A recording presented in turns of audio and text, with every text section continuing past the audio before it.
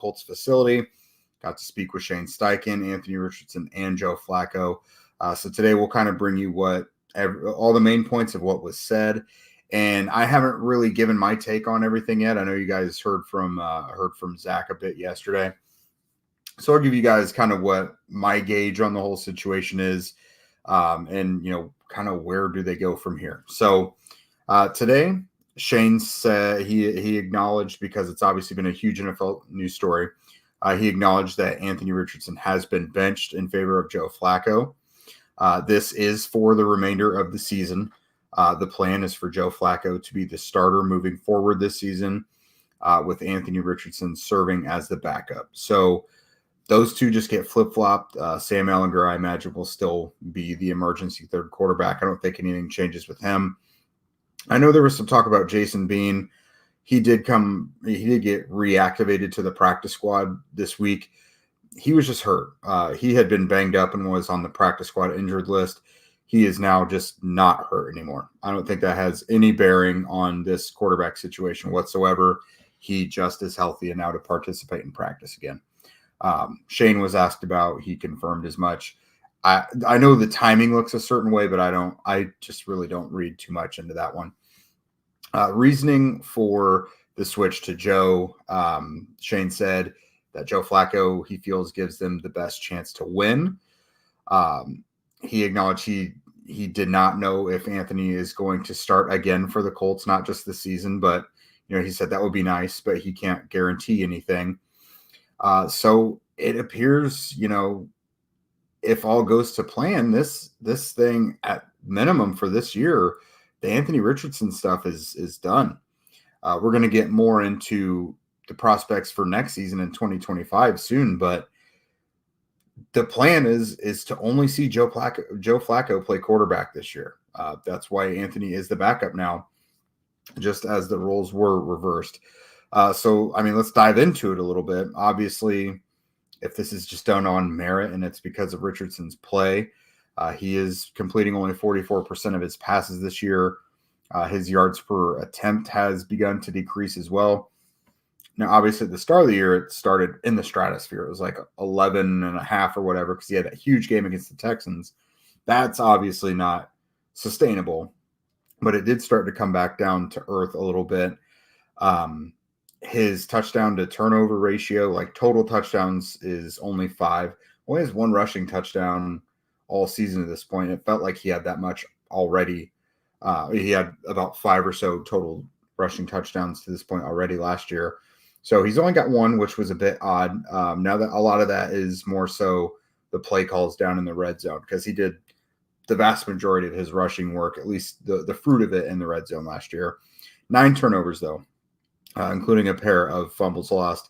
People talk about the interceptions, but lost fumbles are just as big of a part of this whole thing as well. So he's almost doubled up turnovers to touchdowns. This, inefficient offense is very dependent on the downfield action, as we've seen, whether you've watched it live, whether you've rewatched it. It's almost impossible not to notice that there's just almost no short passes, almost being attempted when Anthony is back there. There are some routes that are going that way, but it's either not what they want him to do, or it's not something he wants to do. He's looking downfield. So an offense like that is always looking downfield, and that's like almost always where the ball goes, beyond the sticks, that obviously is going to be very inefficient. It creates shorter drives. That's why you see so many 3-and-outs. Very clunky, ugly offensive games from the Colts where it's 3, 4, 5 play drives.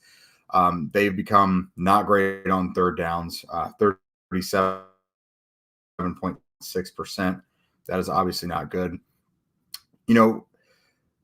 The coaches can game plan for this quarterback all week long and then just not know how it's going to turn out when the lights come on Sundays, and what the product is actually going to look like. I think part of this might be you lose some ceiling with Joe Flacco as the quarterback, but it's probably a lot easier to game plan for. Flacco is at least pretty consistent, and you know what you're going to get. You're probably not going to get those enormous, like insane plays that Richardson can give you. But outside of week one, how often have we seen it really work? So Flacco at minimum is able to make all the throws. He can hit any area of the field, short, intermediate, deep. He doesn't really have Anthony's deep arm anymore, but he's got an adequate arm to get the ball downfield. He throws with touch and anticipation and everything. But yeah, I think that's probably part of it. They might run a little more of a boring offense, but it's probably better for the coaches than an unpredictable one. Obviously, one of the elephants in the room in this whole thing is Anthony tapping out of the game for that one play in the third quarter last week. I think that kind of becomes the cherry on top of this all, because quarterbacks don't do that regardless, but his play to this point didn't really give him a pass on being able to do that. If a really good quarterback like a Josh Allen, Lamar Jackson, Patrick Mahomes or something, if they did that, it would be weird, but it would be swept under the rug so fast. Like, it wouldn't be that big of a deal. Those guys have accomplished everything. But Anthony, his play has not resulted in him being able to do those kind of things. And I think it was shocking for a lot of people, because a quarterback really isn't supposed to even think that's an option for him to do. Anthony has since, said he understands now he can't do that as the quarterback and that it's a bad look and this and that. But basically now here we are. He's been sat down. Shane Steichen and Anthony have both acknowledged it's pretty much an opportunity now for Anthony to refocus, get better. If I were him, I would learn every single thing and study Joe Flacco like a book.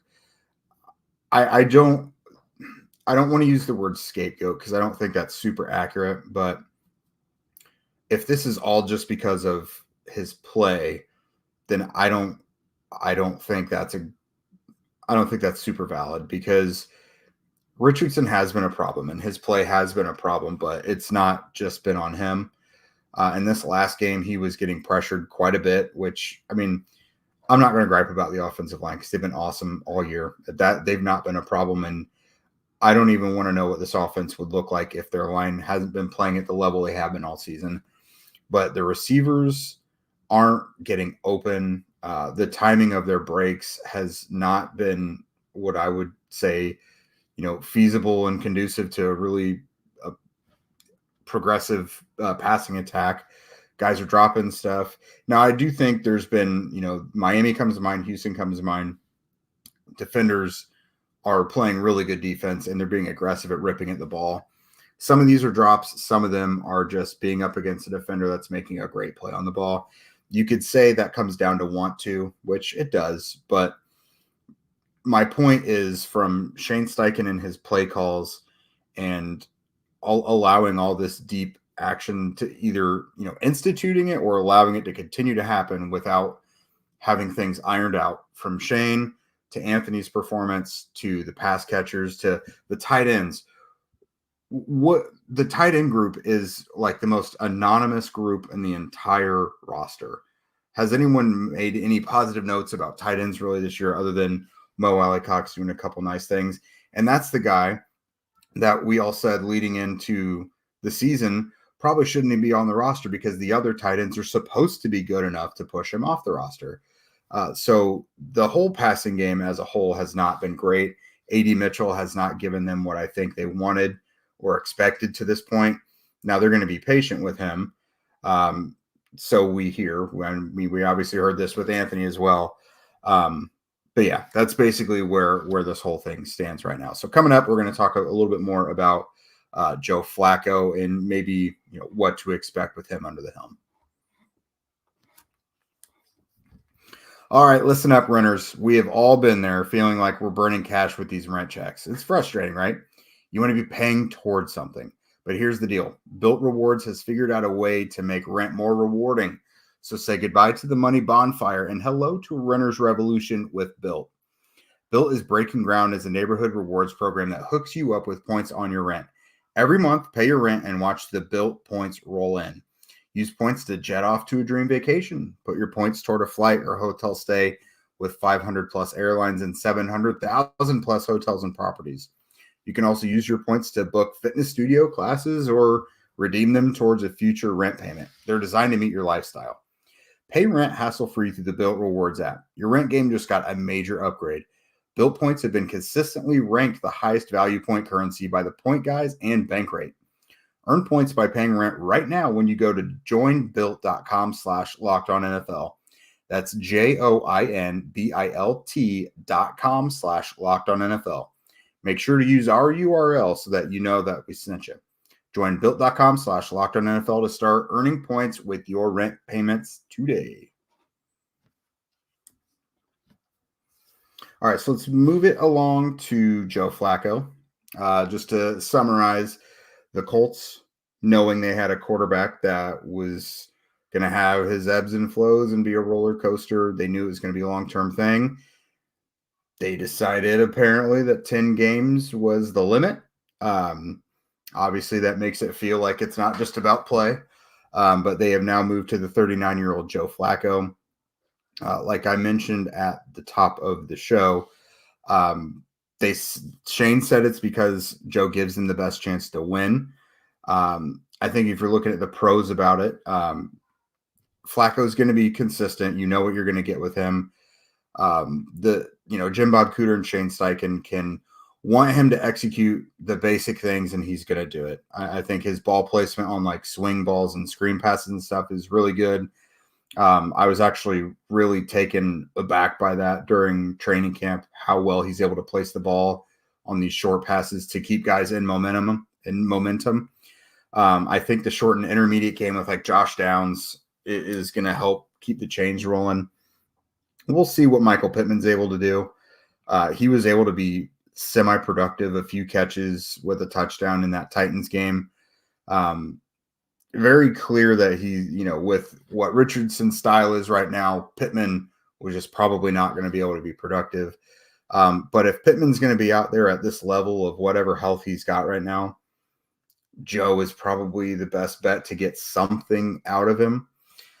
So you're losing the playmaking ability with Anthony. You've got a free blitzer and you need a guy to use 4.4 speed to escape and buy you an extra second or two to get rid of the ball. You lose that. That honestly is a super valuable trait that Anthony has.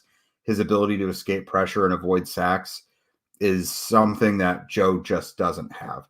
Now, you are gaining more timing, anticipation, and functionality of the offense, which is good. Like I said, it's probably going to be a little more of a boring offense, but at least it will be somewhat productive and probably not so Jekyll and Hyde. Just looking at Joe's numbers so far, 65.7% passing. That's a whole 21 points higher than Anthony's. 6.6 YPA is fine. You probably want that a little closer to 7.5 in an offense like this, at least. 7 touchdowns to only 2 turnovers. That's big. So he's being productive in the red zone. He's getting scores out of it, whether it's field goals or touchdowns. He's getting points out of it, and he's got 102.2 passer rating. So I don't know if he'll stay at that level throughout the entire season, but what we do know is this guy was super productive in the back half of last year with the Browns coming off the couch, won comeback player of the year. And through the first half of this season, when the Colts have needed him, he has looked about as good as that. The Colts probably don't have the exact same weapons that the Browns did last year.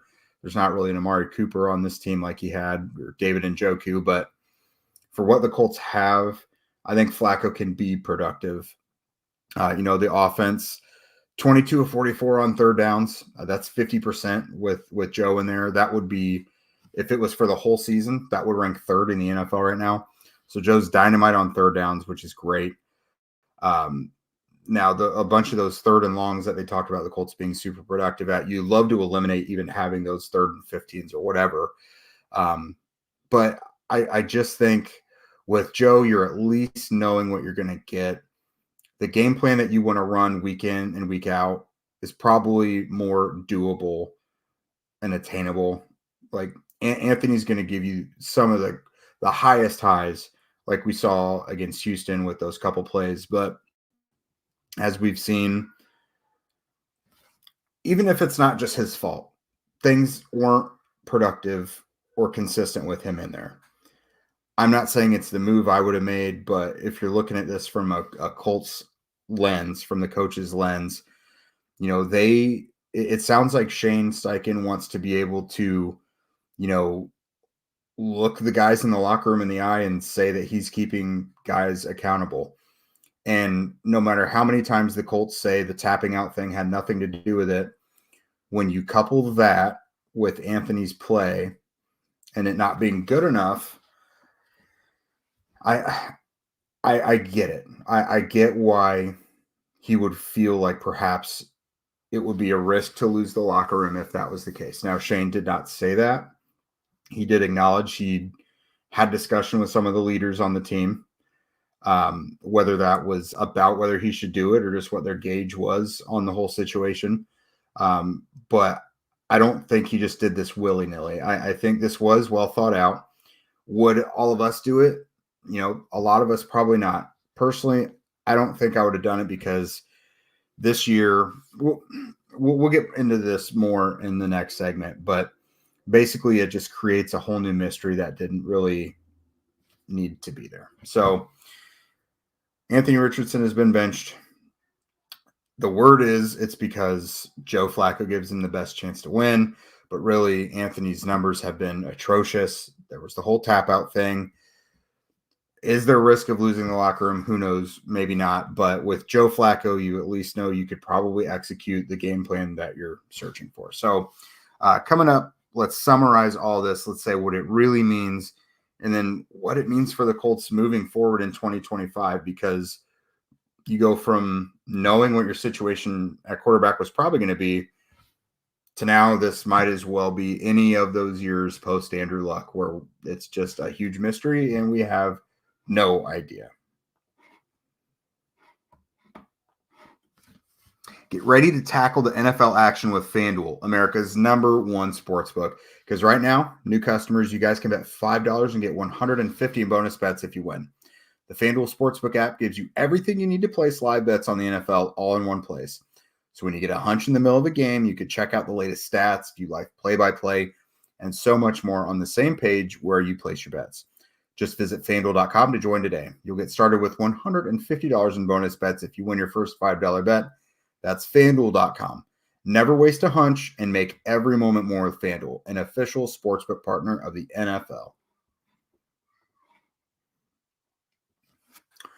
Okay, so after 10 games, the Colts have decided that, at the very least, they are not interested in Anthony Richardson being their quarterback in 2024. So in 2025, what does this mean?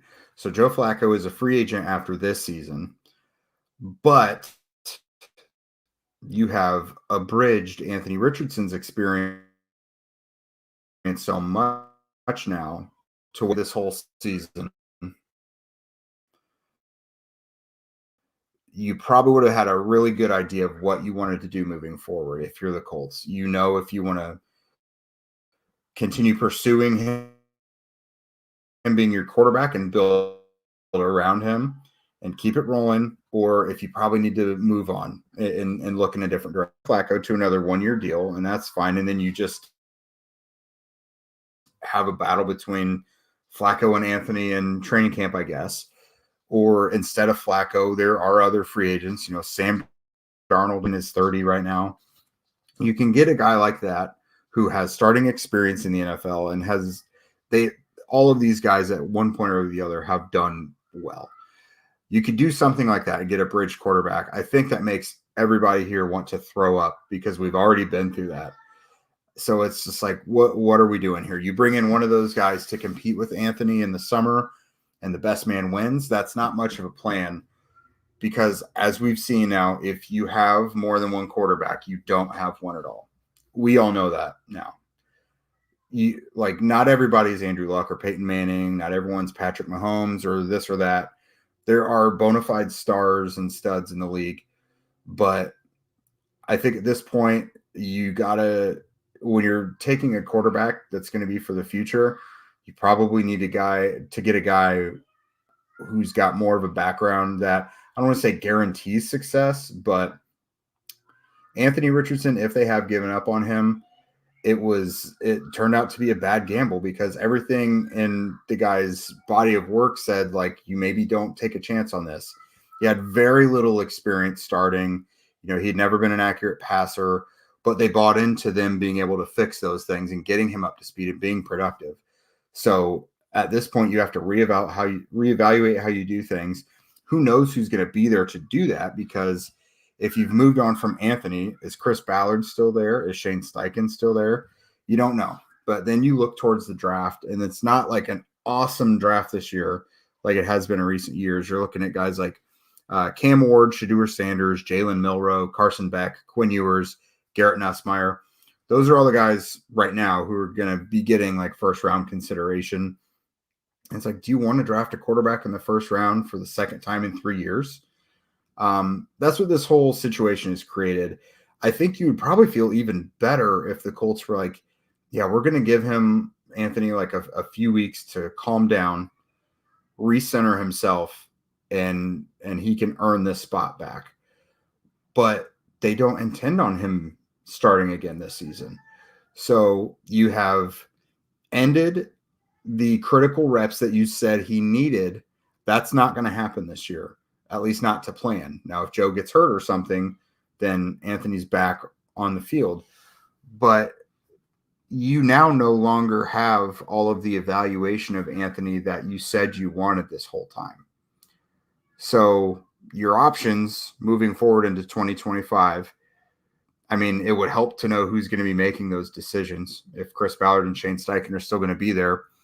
But if not, you're probably looking at adding either a veteran bridge quarterback, like one of the ones I mentioned, to compete with Anthony next year, or you're probably drafting someone. But it seems incredibly doubtful that they say, okay, Anthony Richardson gets the keys again in 2025. Let's do this, because they were, I don't want to say all chips in on Anthony in this season. I mean, they got a capable backup in Joe Flacco, but there was no competition. They were fully going in with Anthony Richardson this year, and I would be shocked if that was the case next year, because all their actions from this week show that is not something that they necessarily believe in. So what do? Let's stay tuned. It's insane to even think that there is a game coming up on Sunday night against the Minnesota Vikings. So we'll see how all that goes. But thank you guys for making Locked On Colts your first listen today. Now for your second listen, please go find the new Locked On NFL Now with 2 shows every day. First, you're going to get the madman Tyler Rowland, who kicks off your morning with a double shot of NFL espresso. And then you can stop by the barbershop with Tony Wiggins for some real NFL talk. Find Locked On NFL on YouTube or wherever you listen to podcasts. And if you guys want to become a Locked On Colts insider and chat with us directly about crazy stuff that's going on this week, your family doesn't want to talk about it, whatever, come to us, become an insider, shoot us some messages. We'll chat with you about this whole thing. You can follow the link that's in our show notes there. If you don't already, follow at Locked On Colts, at Jake Arthur NFL, and at ZachX2 on Twitter. We're also on TikTok and Instagram now as well. Also subscribe on YouTube and wherever you listen to podcasts. We would love those ratings and reviews as well. That helps us immensely. And with that, you guys have a great night, and we will see you guys tomorrow.